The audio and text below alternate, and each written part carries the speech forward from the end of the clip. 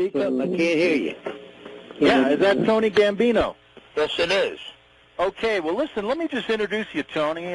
My name's Greg Szymanski from the Investigative Journal. Eric Phelps is with us, and I'm sure you know Eric, but our listeners would want to know a little bit about you. You're the grandson of Lucky Luciano, and Lucky Luciano would bring the mafia into the modern age, putting the group into what is called organized crime. Out of the ruins of the Masseria and the Maranzano gangs would emerge the five families in New York.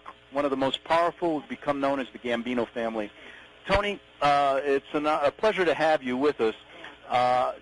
Tell us a little bit about, let's start out with John F. Kennedy. Can you speak up a little bit? I can't hear you. Yeah. Let's start out with the John F. Kennedy assassination and what you know about it. And Eric, feel free to ask some questions. Tony tell us about, where he was born, how he was brought up, and his relationship to his grandfather first. Go ahead, Tony. I was born in Palermo, Sicily in 1943. My mother, I don't know who she was, because she was married to another gentleman, but my grandfather ordered one of his daughters to have an affair with Carlos Thomas Gambino to bring him into the crime family and let him run the five crime families in New York. Right. And at the age of 5, I became a made man by being branded by my grandfather's diamond ring in my left arm, in the middle of my arm, above my elbow, and right below the muscle. Right. And I strictly worked underneath him, and until I went to jail, and then he passed away. Now, when did you come to the States? What were the guns that you carried, Tony, and who did they belong to? Huh? What were the guns that you carried? When I was 13 years old, he gave me 2 Pre-38 German Lugers, and he told me I'd never leave the house without them, and they're my uniform. And what was one of them? And one would belong to the General Rommel of the German Army, the Desert Fox, which was a very collector's piece, and it was worth a lot of money. Wow. And it had Rommel's name engraved on it, and it was all done with, it was nickel-plated, and it had silver and gold on it. When did you finally come to the States? When did I finally what? Come to the United States. Oh, I came to the United States in 1949 for the first time. Tell us how you grew up on the streets and how your life progressed, and then we'll get into some of the specifics about Kennedy and also Marilyn Monroe and others, things you know about. Go ahead. Yeah. Hang on. Could you hang on 1 second? Okay. Eric, feel free to talk. He's having a hard time hearing me, and he's up all the way. We have him potted up all the way, so feel free to... all right, go ahead. I'm on. Okay. Tell us how you grew up on the streets, and then we'll get into some specifics about cases you know about. Go ahead. You want me to tell you about my grandfather? Yeah, and how... Just basically tell us how you grew up and what you understood about the mafia as you grew up in it. Go ahead. Well, he made, at the age of 19,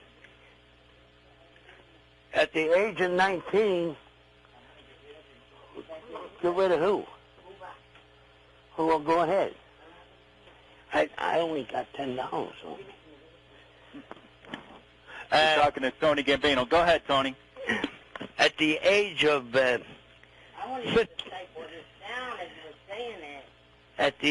15 years old, I became a member of my grandfather's family, and he made me head of all the godfathers. Right. And I was a what they call a meeting organizer. And when a head of a family had a disagreement with the other family member of a different family, say like if Carlos Thomas Gambino had problems with with Dominic DeLuca or Joey Genovese, I had to turn around and bring them to a meeting. And I had to get them to either agree, or if they didn't agree, then other steps had to be taken, and somebody had to go. You know what I mean? Yeah, yeah. Eric, do you have any questions? Go ahead. Yes. Tell us more about Lucky Luciano and his influence in Hollywood, Tony. Oh. Well, what he did was, if you've seen Godfather 1 and you've seen that prize horse's head being cut off and put in that producer's bed. Right. Well, stuff like that went on with a lot of the movie stars that he had taken under his wing, and he gave half them people in Hollywood, and he had to give them an offer they couldn't refuse. And that in the first Godfather, when the horse's head was put in that producer's bed, that was for Frank Sinatra to get his first leading part in motion pictures. Now, he took Dean Martin, Frank Sinatra, Sammy Davis Jr., Clint Eastwood, Burt Reynolds, Esther Williams, Marilyn Monroe, Rita Hayworth, Humphrey Bogart, and a lot others. And Tony Bennett, and Perry Como, and even Johnny Weissmuller. Wow. Tarzan, huh? And he made them all movie stars, and he was getting a percentage off of them a month. So Lucky was getting a percentage off all these stars that he put into Hollywood. After he helped them to become stars, because Frank Sinatra was only a barroom singer. That's all he was. in Bohoken, New Jersey, he started off singing in bars. And then he took them out of the bars. He put them with the big bands, and then from the big bands, he went to my grandfather, and he said that he would like to become a movie star, and he would like to get him. He couldn't act for nothing, and they actually had to teach him how to act. After he got the leading part in that one motion picture that he had, and the horse's head got cut off for that. So that was basically a true story that actually happened about Sinatra, correct? That's correct. That's how Frank Sinatra got started. And he had to make other deals similar for Dean Martin, Jerry Lewis, Clint Eastwood, Burt Reynolds. You know, he gave them people we call an offer they couldn't refuse. Well, tell me, Tony, with Lucky Luciano with this kind of power in Hollywood, and why didn't the FBI come after him? So was Kennedy involved with the movie theaters in Hollywood. Yeah. Mr. Kennedy himself. So go ahead. Did the Mafia have a relationship with J. Edgar Hoover?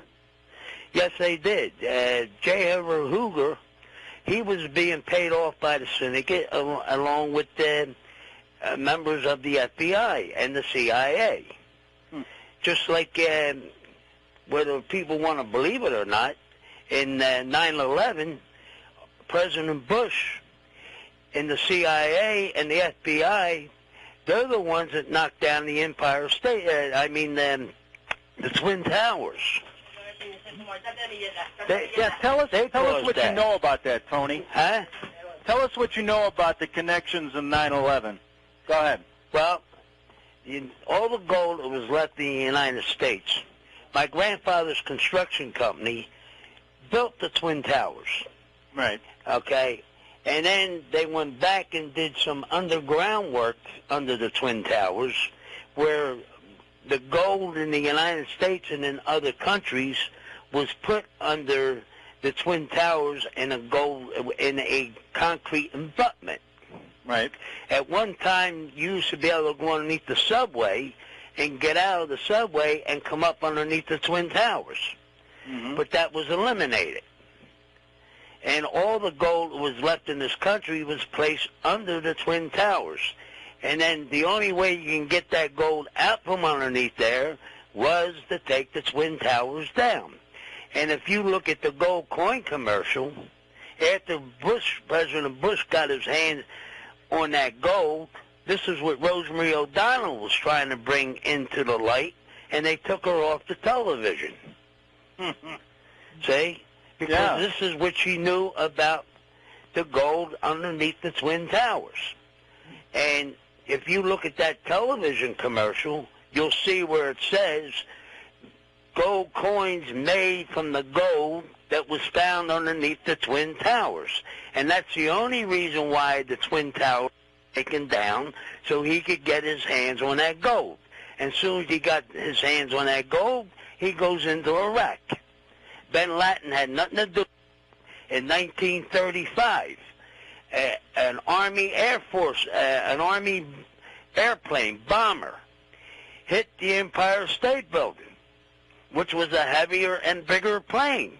And it didn't knock the Empire State Building down. All high-rise buildings are made to be struck by airplanes. So you have inside information that these guys, Bush included, tell us more how they knew about 9/11 prior to it happening and also organized it. Yeah, let's put it to you this way.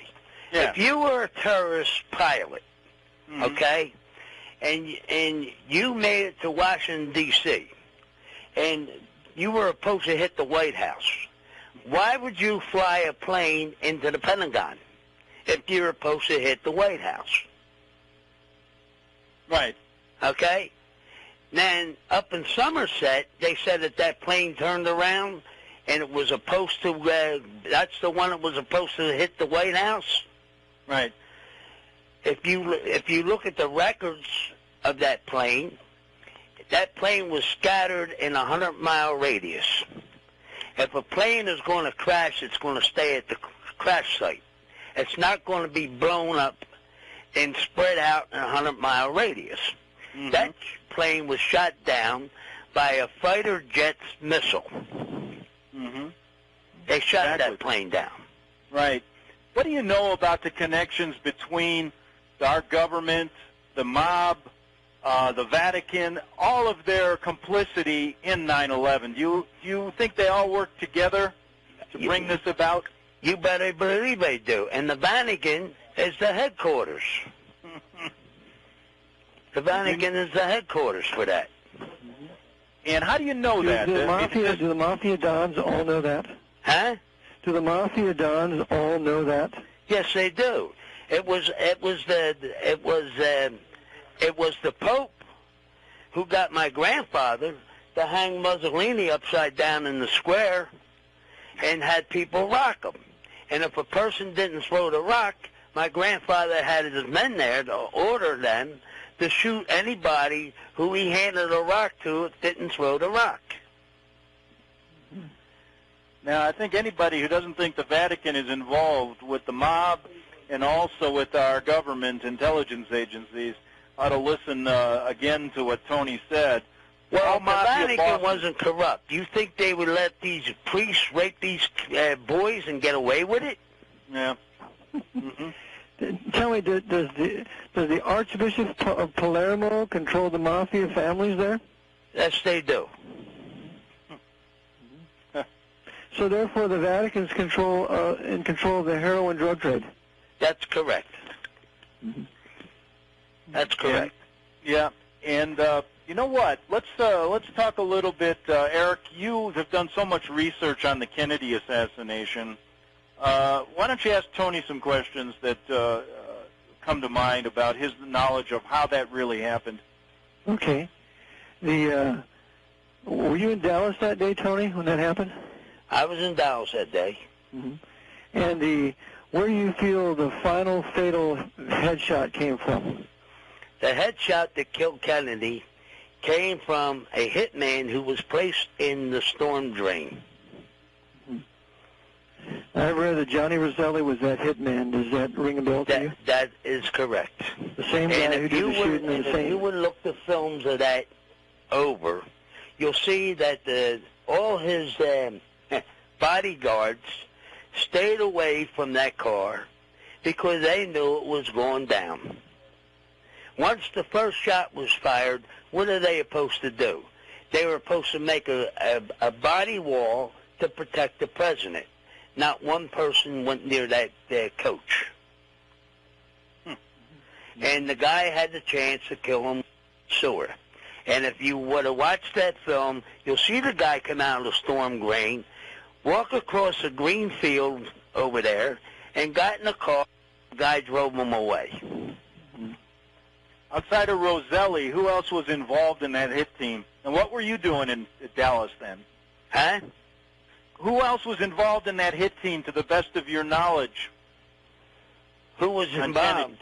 Yeah. Frank Sinatra was involved. You mean Frank Sturgis? Huh?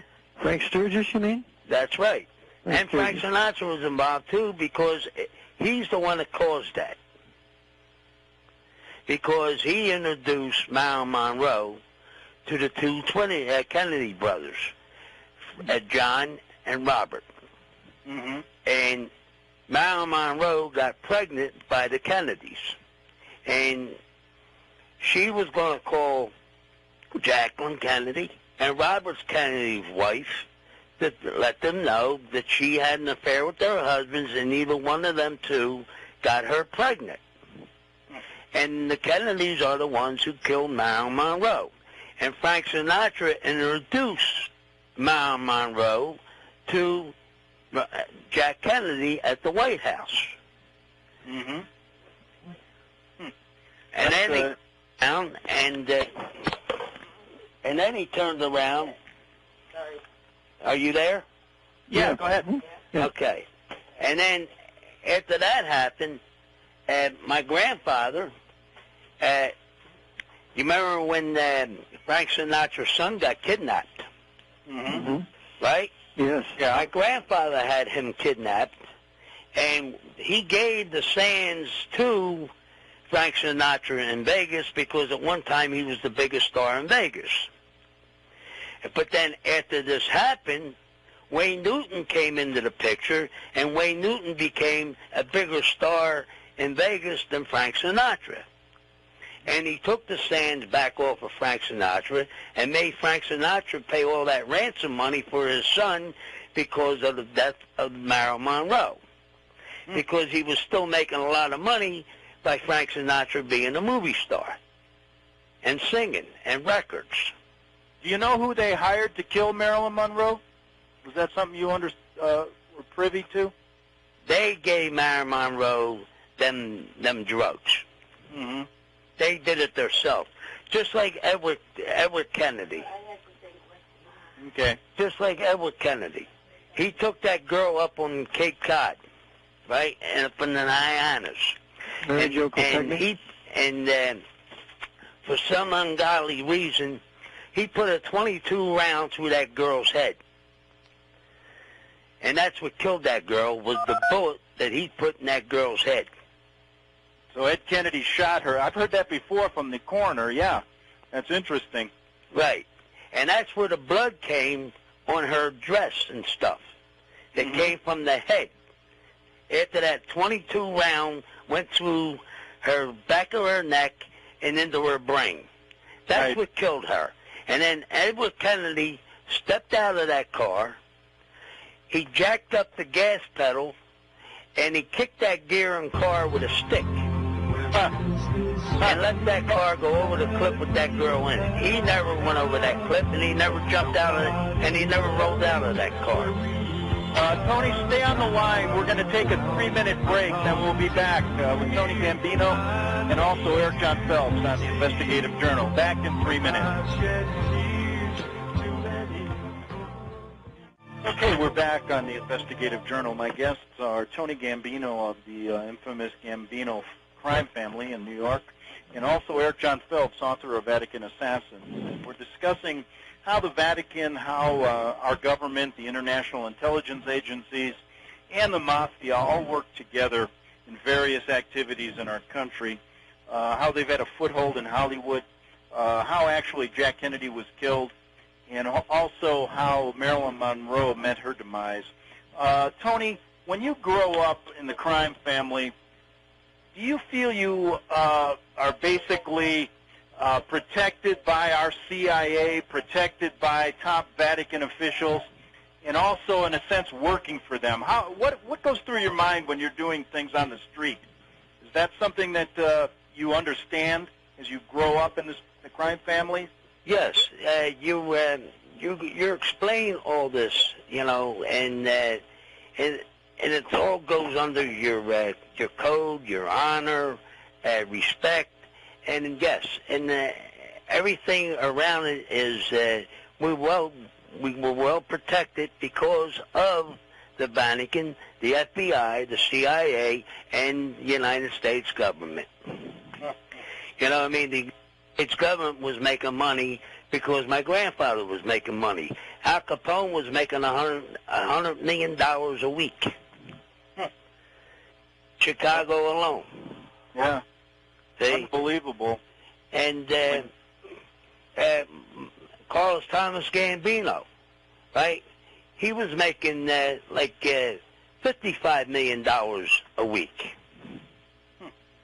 You know what I mean? And yeah. Joey Genovese was making $100 million a week. Mm-hmm. And when Vegas opened up, Joey Genovese down there, along with my grandfather, and then of course,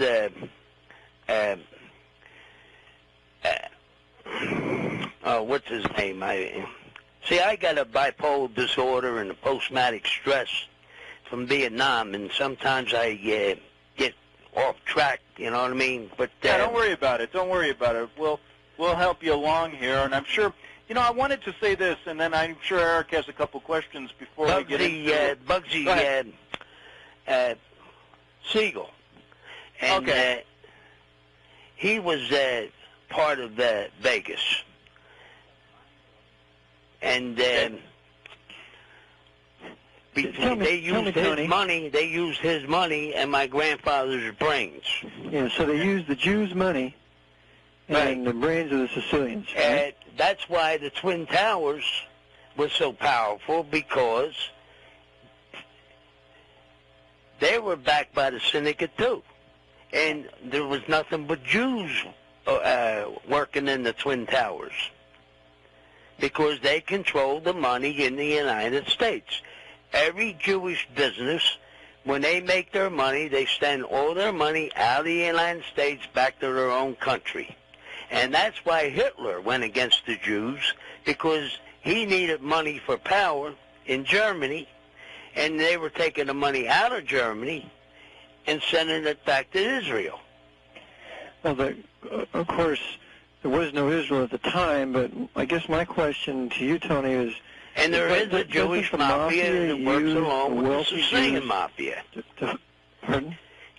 Yeah, if you want to be a full-blooded Sicilian like me, you are part Greek, part Italian, and part Jewish. Mm-hmm. And they went back in the days of Caesar of the Roman Empire. They used to take the Greeks off of the island of Sicily, which were the Sicilians, and put them in the arenas and made them gladiators to kill one another. We were the world's first slaves. But tell us about Jimmy Hoffa, Tony. Jimmy Hoffa. Okay. Jimmy Hoffa was a beautiful union organizer for the truckers when he first started out. And then there was a young snot-nosed punk who was on crack cocaine by the name of John Gotti. Well, he turns John Gotti into a truck hijacker. That's all John Gotti did, was smoke crack and hijack trucks. Mm-hmm. Well, one day, a truck was coming up from Florida, and it had a $5.5 million load on it, and it was coming to Nicky Scarfo in Atlantic City. What was on the truck? Huh? What was on the truck? What was on the truck? Yes.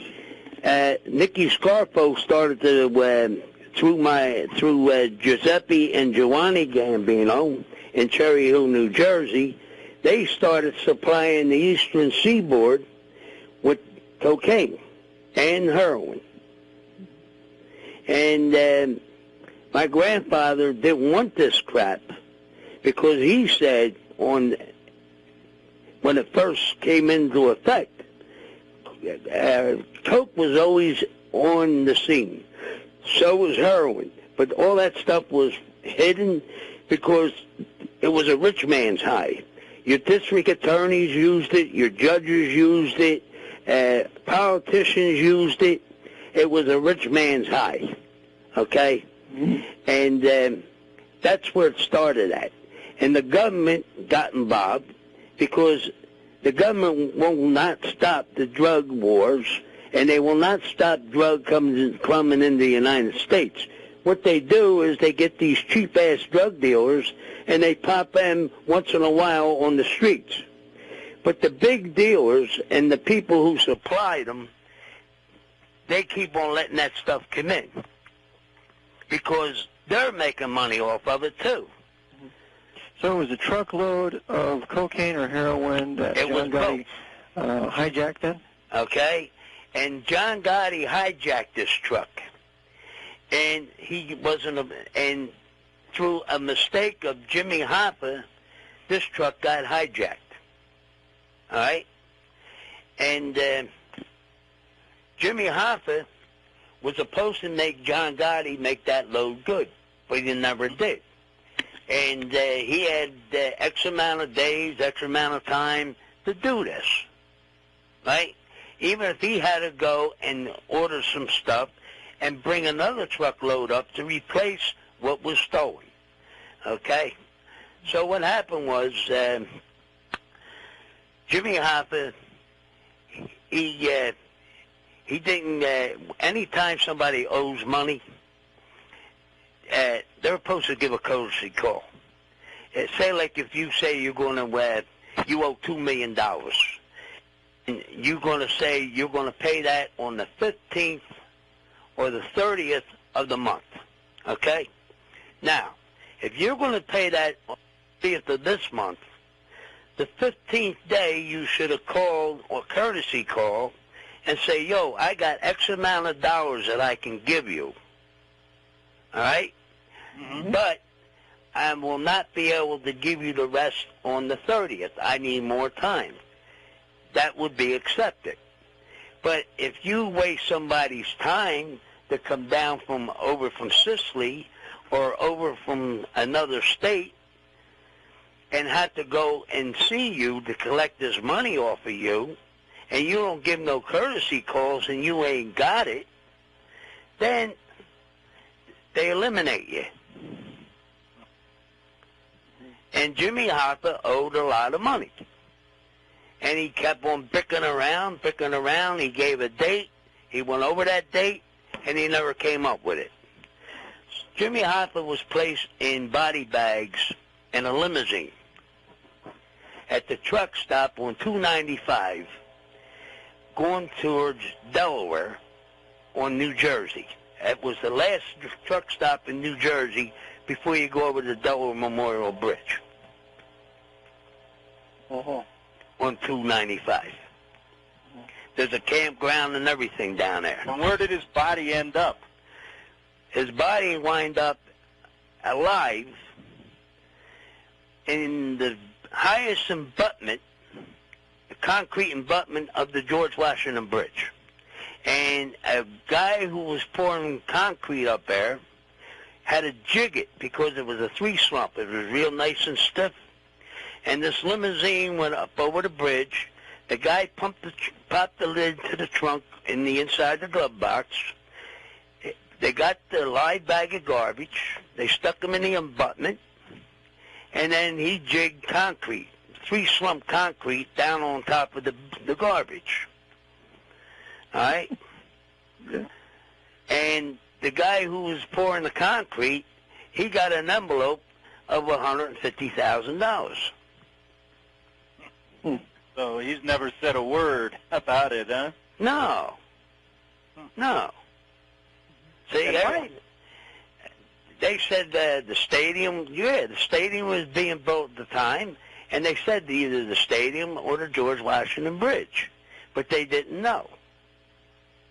But that's where he's at. He's at the bottom of the highest embankment in the middle of the George Washington Bridge. What happens to people, Tony? For example, when you talked about the Kennedy assassination, when you talked about Bush knowing about 9/11, when people want to really start talking that know about it, what usually happens to them? I mean, about Hoffa, I'm sure people knew about it. Has anybody you know been eliminated that may have got to the truth about any of these murders that we're talking about? There was a few people that brought this out in the open, and they were paid to shut up, and some were assassinated by the Kennedys themselves. Mm-hmm. Just like when John Kennedy Smith, he raped that girl in West Palm Beach, Florida, and he got away with it at their estate. Every battle, see, the Kennedy's father, my grandfather, always had a vendetta against the Kennedys because they was in the same business, bootlegging. Mm-hmm. The Kennedy family, for every bottle of scotch that comes in from Scotland into this country still today, the Kennedys get $1 off of each bottle. They have income. See? And that's how the Kennedys made their money, bootlegging. Right. Now, you spent some time away, and now you're back again. Is there any particular reason you're talking now? Are you worried about it, about coming forward with a lot of this stuff? No, I ain't worrying about it because the United States government ought to be put down. You know what I mean? Because they're more crooked than the mafia.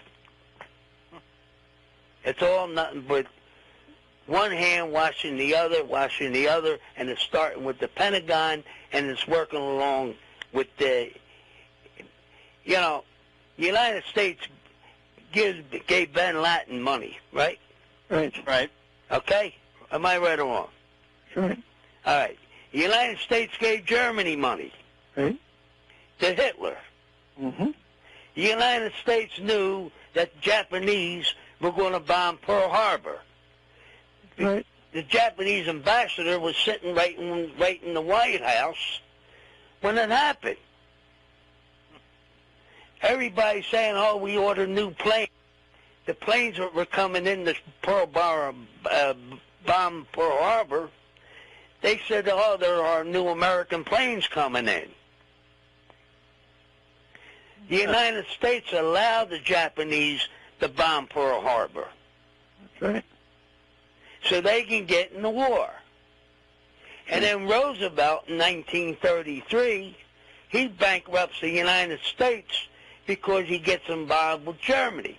Germany didn't do anything to us. The United States government puts their noses in wars and in countries that they ain't got no business doing. I went to Vietnam. I put 4 years in Vietnam. I wasn't allowed to shoot in the rubber trees where these gooks were shooting at me. Richie Capizzi got loose with an M60 machine gun because he couldn't take it no more. And the tracers put some trees on fire, and he knocked some trees down. The United States government gave this man a life sentence because he couldn't pay for the rubber that he downed and all the rubber that them trees would make for 20 years. Huh. Are you there? Yeah. Are you there, Tony? Tony there. Tony, are you there? I think he got cut off. But anyway, Eric, are you there? Yes, I'm here. Okay, well, let's continue on till we get Tony back on. I think somehow he must have hit the phone. Tony, are you there? Well, anyway, we'll get to, if we don't, hopefully we'll get him back on. Eric, an incredible story, though. isn't it? That a guy like Tony Gambino, one of the inside, he's a made man, one of the top guys in the mafia. Tony, are you there? Yes, I am. Okay, you're back. We were just commenting. You were cut off there for a moment. I wanted to mention, today as we speak, the mob is still as strong as ever, working together with the CIA, working together with the Vatican? Up in Sicily, yes. Okay. But not in the United States. Now, what do you mean by that?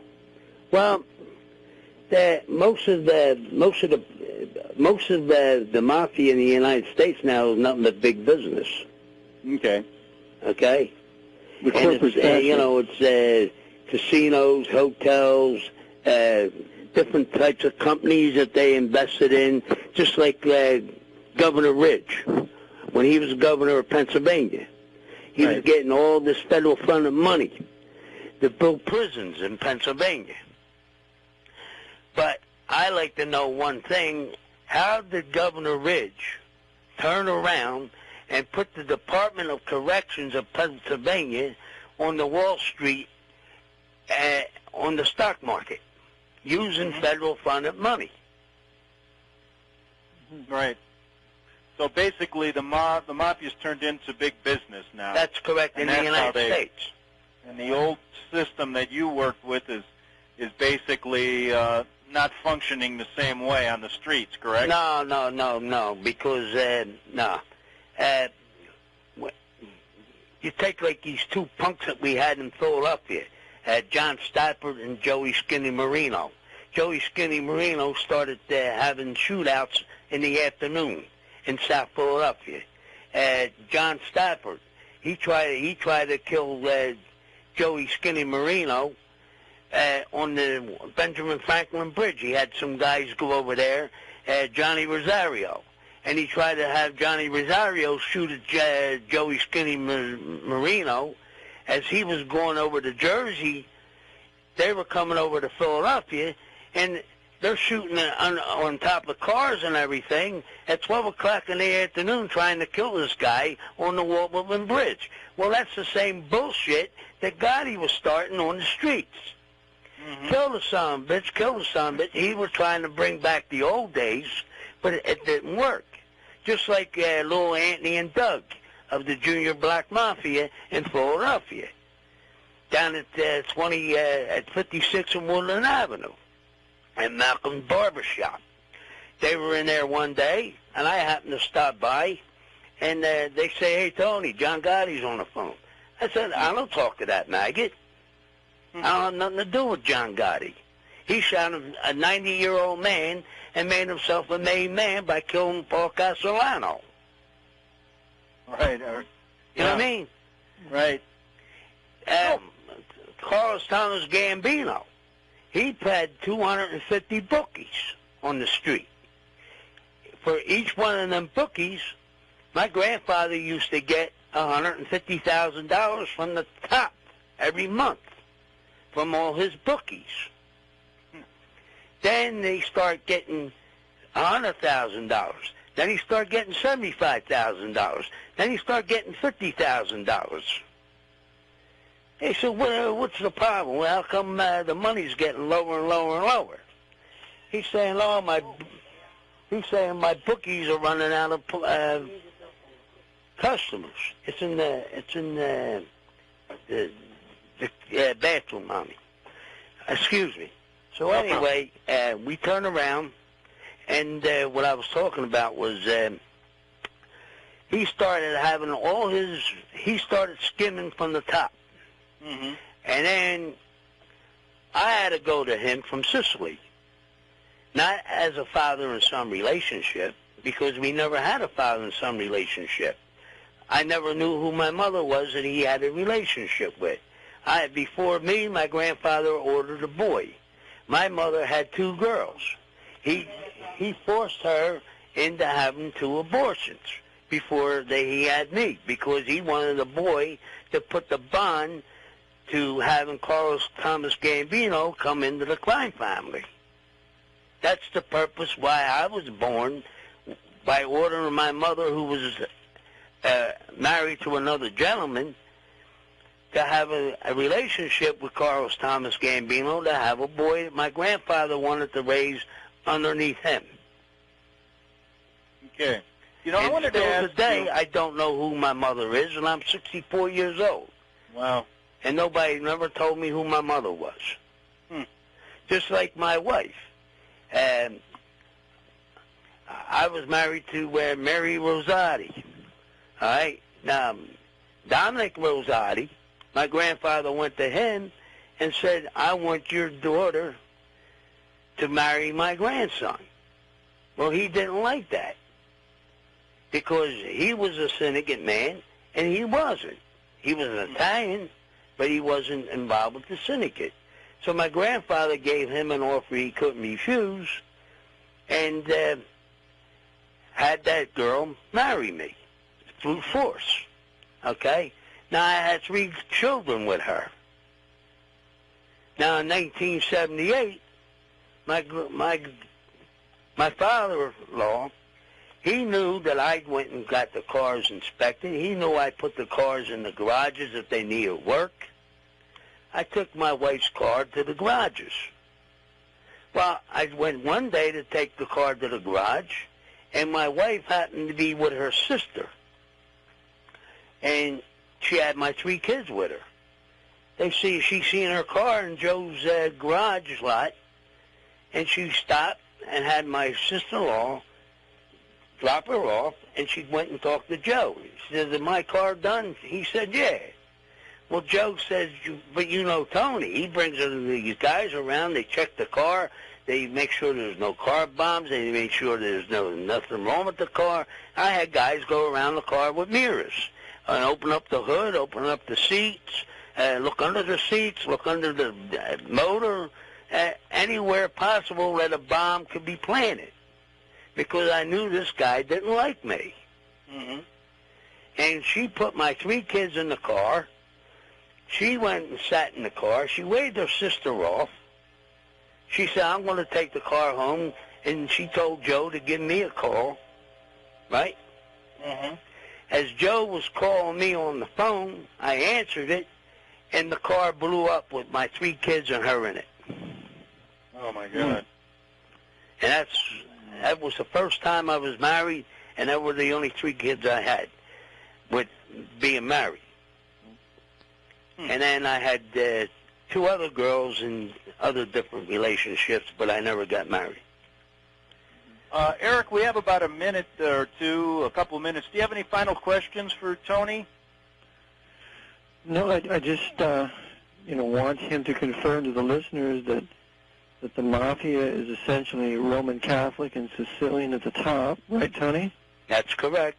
And that they are subordinate to the papacy. That's right. And therefore, ultimately, the source of all this drugs and crime and drug running of the mafia, the ultimate beneficiary is the Pope. Would you not say that? That's correct. Yeah. The Pope is more powerful than the president. Yeah, and what did you know about Cardinal Spellman? Anything? We got about a minute. Remember when he was around? Well, you might as well say he was the godfather for the Catholic Church. So they called him the American Pope. Huh? They called him the American Pope. Yeah. Mm-hmm. He was the godfather for the church. Yeah. With heavy connections to organized crime, correct? Yeah, and backed by the CIA and the FBI. And the Justice Department, right? You'd be surprised how much money the syndicate gave the government. When my grandfather was alive, every federal judge and every state judge was in his back pocket, district attorneys. Tony Gambino, listen, we're going to have you on again sometime. We got a lot more to talk about. Thanks for being on the show. Yes, thanks, Tony. You're welcome, sir. It was an honor. Okay, Tony Gambino. All right. And Eric, thanks again for your appearance, and we'll have you on again. Thank you so much. All right, thank you. Okay, that was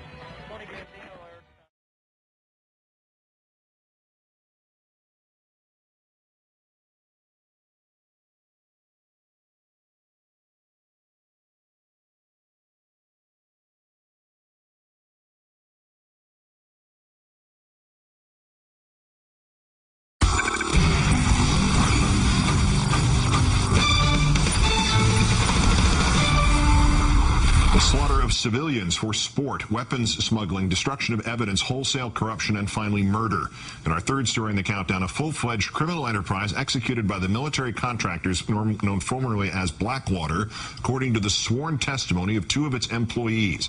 The Nation's Jeremy Scahill, who broke the story, joins us in a moment. The details come straight from two sworn affidavits filed late last night by persons whose identities have been sealed to protect their identity, men who have previously cooperated with federal prosecutors in the criminal inquiry into Blackwater. From John Doe number 2, a former member of Blackwater's management team, quoting the affidavit, it appears that Mr. Eric Prince, Blackwater's founder, and his employees murdered or had murdered one or more persons who have provided information or who are planning to provide information to the federal authorities about the ongoing criminal conduct. On several occasions after my departure from Mr. Prince's employ, Mr. Prince's management has personally threatened me with death and violence. John Doe number 2 also stating that Mr. Prince, pictured here, smuggled unlawful weapons into Iraq, including sawed-off semi-automatic machine guns with silencers and illegal hand grenades.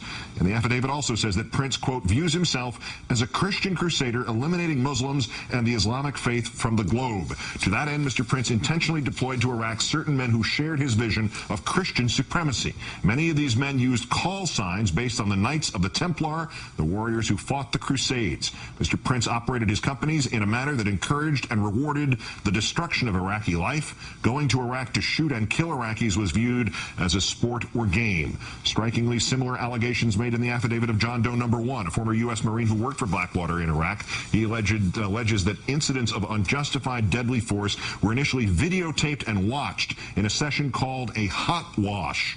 Blackwater, now known as Z Services, spelled XE, maintains that Mr. Prince and the company are innocent of any wrongdoing and performed their duties on behalf of their employer, the State Department. Joining me now, as promised, the contributor to The Nation magazine and author of Blackwater, The Rise of the World's Most Powerful Mercenary Army, Jeremy Scahill. Good to see you. Thanks for coming in. Thanks for having me back, Keith. As horrific as all this sounds, it's just part of what you described in the piece today. Flesh it out for us. Well, I mean, obviously, to hear the term murder and Blackwater in the same sentence is no great surprise, particularly to people who've been following the history of this company. It's been at the center of some of the worst violence in Iraq, killing civilians repeatedly. 5 of its men are going to be tried on manslaughter charges for the Nicer Square massacre in Baghdad in September of '07. Another one pled guilty. The Congress is investigating. The IRS is investigating. This is a scandal-plagued company. What is explosive about what's happened here, and you just went through some of the most explosive of these details, is that you have 2 former Blackwater officials. I have learned from sources that John Doe number 2 was actually in Blackwater management and was privy to some of the inner workings of the company. Eric Prince, the owner of Blackwater, remains the sole owner of the company no matter that he stepped down as CEO and the founder of the company. He micromanages every aspect of Blackwater's operations, and that's been well known. On the Christian supremacist angle, let's remember that Eric Prince viewed Blackwater as a neo-crusader force and has from the beginning.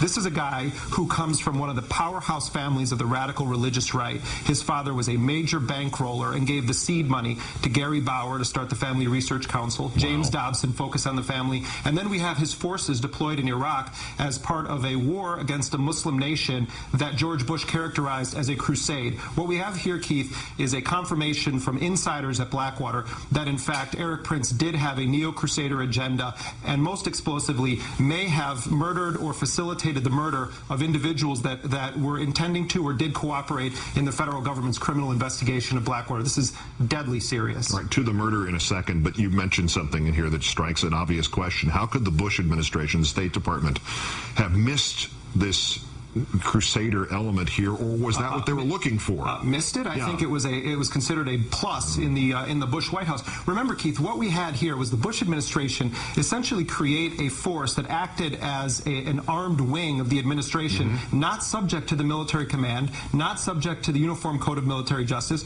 that reported directly to George Bush's Secretary of State and then to the president. These were his men, his private force in Baghdad, and the allegations that they were running around shooting Iraqis as part of a war to eliminate Islam globally, as is actually what one of these individuals said, is extremely disturbing to anyone who believes in any semblance of Constitution, law, or human rights.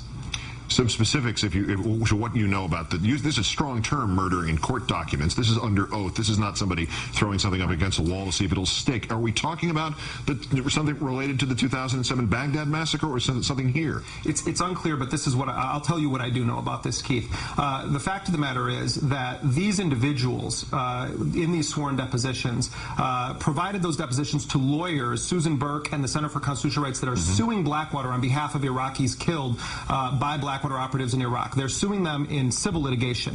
What we do know is that these same individuals say that they gave this identical information to the federal government, one of them in grand jury testimony, as part of the ongoing criminal investigation. When I called the Justice Department and asked specifically, are you investigating Erik Prince on allegations that he was involved with murder, the Justice Department interestingly said that they would not confirm or deny any actions that they may or may not be taking against uncharged individuals. Erik Prince, according to the lawyers suing Blackwater, could be eligible for murder charges in both Virginia and the state of North Carolina under existing law. That's the argument they're making in their motion that was filed late last night in the Eastern District of Virginia. Jeremy Scahill, who has been the watchdog on Blackwater, now is the of the nation, who brought this story to everyone's attention today. Great thanks for doing so, and great thanks for coming in today. Thank you, Keith.